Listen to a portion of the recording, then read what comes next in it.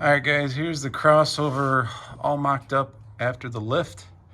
I got the new two-wheel drive box up there. I just got it snugged up with the drop pitman arm with the 105 DOM tubing. I have it coming across, just sitting on an extension just to get the height on where it's going to be with the rod end. I have the one in the back here just to give me the good height. So it looks pretty level there. If you come across the front, you'll see that's the angle. It slightly starts going up to the pitman arm.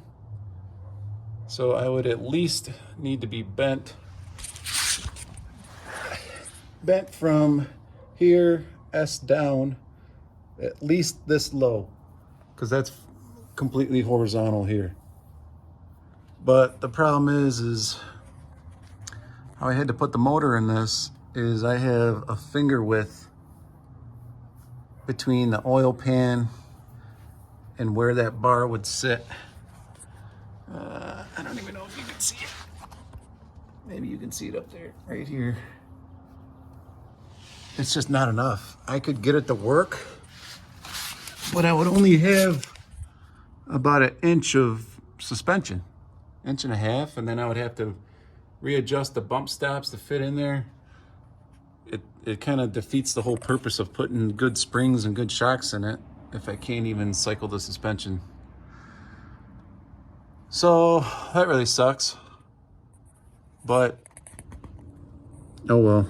So I'm gonna end up putting the old push-pull steering box in. I'm gonna rebuild this because it does leak out of the front seal. And I'm gonna have to get all new push-pull tie rods, and then put the old knuckle back on, get rid of the high steering arm, put the old knuckles in with new ball joints, new spindle studs, new adjusters, new everything in the old knuckles. And then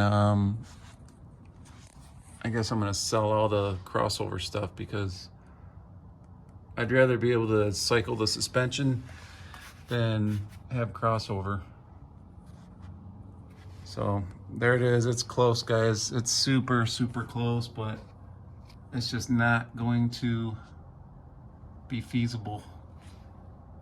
It's just not gonna work.